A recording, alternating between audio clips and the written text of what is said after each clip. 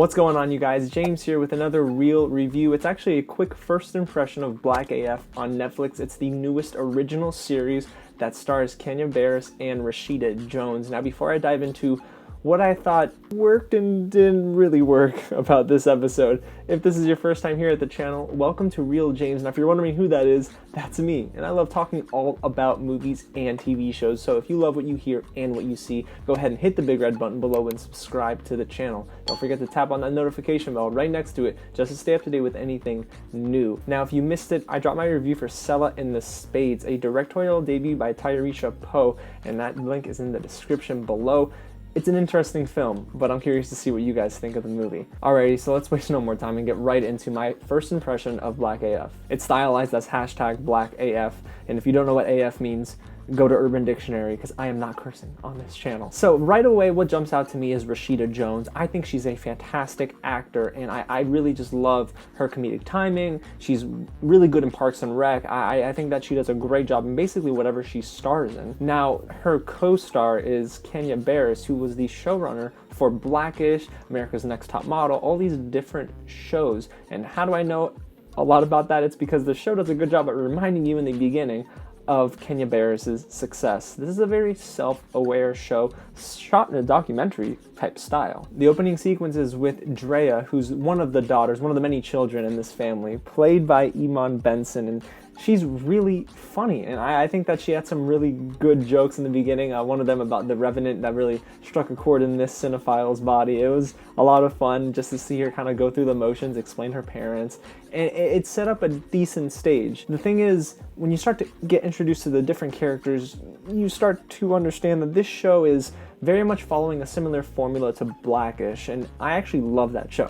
I am so in on Blackish. I've watched every single season except for the latest season. I'm a little behind on that, but I think Anthony Anderson, Tracee Ellis Ross, Lawrence Fishburne, they're all fantastic in that series together. I think it's very well written and directed. The problem with Black AF, though, is the dialogue is not so convincing, and I don't think the drama and tension between, black people and white people here is as justified as it is in Blackish. This is definitely a more vulgar show than I thought it was going to be, and a lot of that comes from Kenya Barris for the most part, but it just seems to me that there's not a lot of natural dialogue and conversation here. What works so well for Blackish is Anthony Anderson really leading the charge alongside Tracee Ellis Ross, and their comedic timing really is on point. The thing is here, Kenya Barris is not so great in the acting department as he is in the showrunning department, it seems. His comedic timing is a little off, and you have Rashida Jones trying to pick up the slack because you can tell her timing is on point. The only issue is, not a lot of jokes are written for her. I can tell a lot of the humor is trying to come from Kenya Barris, and this eventually turns into the Kenya Barris show. If you watched episode 1, there's this scene in the kitchen where they're talking with one of their assistants, and he's a Jewish white male, and yeah, it gets into the area of social and racial commentary, and Kenya Barris is just like leading the charge. The only problem is this scene goes on for 10 minutes longer than it should. It leads me to believe that either they wrote this kind of on the fly, or they thought this would be a very laid-back approach that people can maybe watch in the background, but this doesn't seem like a show that engages its audience as much as, well, Blackish. So I got 15 minutes into the show and figured, okay, I need to switch my perspective. This is not Blackish, it's Black AF. So what I wanted to do was kind of view it in that light, and I tried so hard to fall in love with Kenya Barris' character and think, okay, there's something here that'll get me hooked for episode 2 and the rest of the season. The only issue is, pilot episodes do a good job if they get you hooked. Now, it doesn't have to be the best episode of the season, but it's a little something, just breadcrumbs essentially, to get you into episode 2 and onward. Problem is here, you get to a point, at least I got to a point, where I just didn't really care too much about the humor because it wasn't funny. There are 2 jokes in this entire episode that made me chuckle. Maybe they were trying a little too hard to build up to certain tensions with, another white couple or, white people in general. And there's nothing wrong with that because, yeah, these sorts of topics deserve to be talked about on a big mainstream stage. The thing is, here, it just felt like the buildup was not deserving of the end. I mean, there are so many moments where Kenya Barris gets upset in this episode, and it's not convincing. The way he portrays his character is not good. It's almost like he's acting too unnaturally. It's almost too much him. It needs to be a character. You have to be in that zone. That's why Blackish works. And Anthony Anderson, Tracy Ellis Ross, they are themselves, but they're also their character. In this, it just doesn't seem like anything kind of stands out. I mean, really, Drea is the only character that seems like she's not different from the family per se, but she's her own character. Everyone else kind of seems muddled together, unfortunately. So outside of really choppy dialogue and acting that all around isn't very good and humor that isn't there, unfortunately, the show is really left, when you strip all of that away, with nothing.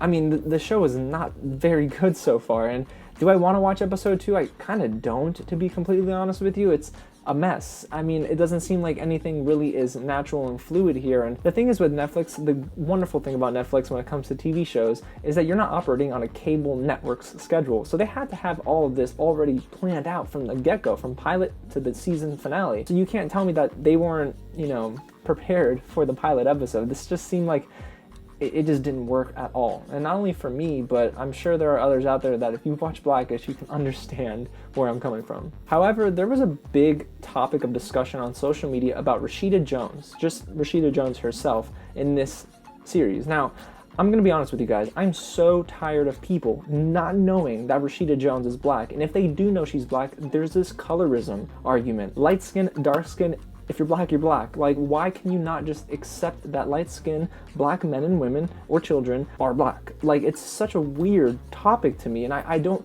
think that this needs to be going past this point. It happened, okay, can we squash it? Because Rashida Jones is a fantastic actor. For goodness sakes, she's the daughter of Quincy Jones. Do y'all know who Quincy Jones is? If you don't, go to Wikipedia, but she is a wonderful person in Hollywood. I mean, for all intents and purposes, she's the funniest person in this show. I mean, I don't understand why people were harping on the fact that she's mixed. Like, it's so weird to me. This is a debate in 2020 that totally needs to just die. Like, we cannot be having this conversation anymore. Black is beautiful, black is black. Like, it doesn't matter if you're dark or light skinned. Like, I don't understand why people were really getting on her case for this. But, getting away from that and just, of course, putting my critic's hat back on for the show. Overall, if you had to ask me, Black AF really is not a great series from the jump. Episode 1 is pretty bad, and I don't think the humor works at all. Kenya Barris, I believe, was miscast. I think that Kenya Barris is a good showrunner, right? He had a great eye for entertainment in the industry and what works, what's trending, etc., etc. But he just didn't work alongside Rashida Jones and the rest of the family. And I think that, unfortunately, his monologues, his dialogues, these long drawn-out scenes bog down the show. And it has a lack of identity to an extent because it just feels like it's Blackish, but not fully realized, if that makes sense. I really think that if you're gonna watch Black AF and you don't enjoy it, I recommend Blackish right away. Go there and you're gonna enjoy it much more, I promise you. Alrighty guys, well there you have it. Those are my quick first impressions of Black AF. In the comments, let me know, sound off. Did you watch the entire series from start to finish? Do I need to give it another shot? Or am I pretty much right and nothing gets too much better in the series? Again, if you haven't, go ahead and hit the big red button below and subscribe to the channel. We are 10 subscribers away from 1,000. It's about to be a party, guys. I have something special planned. And if you haven't liked this video, share it with your friends. And guys, on social media, come find Real James. I mean, I'm on Twitter, Facebook, Instagram. I just want to show some love to you guys. I really appreciate your support and everything, all the feedback. You guys are just amazing. I love this community. Alrighty guys, so I'm gonna get back to watching some more stuff on Netflix, Amazon, Hulu, and Disney+. So again, thanks so much for watching, and I'll catch you at the next screening.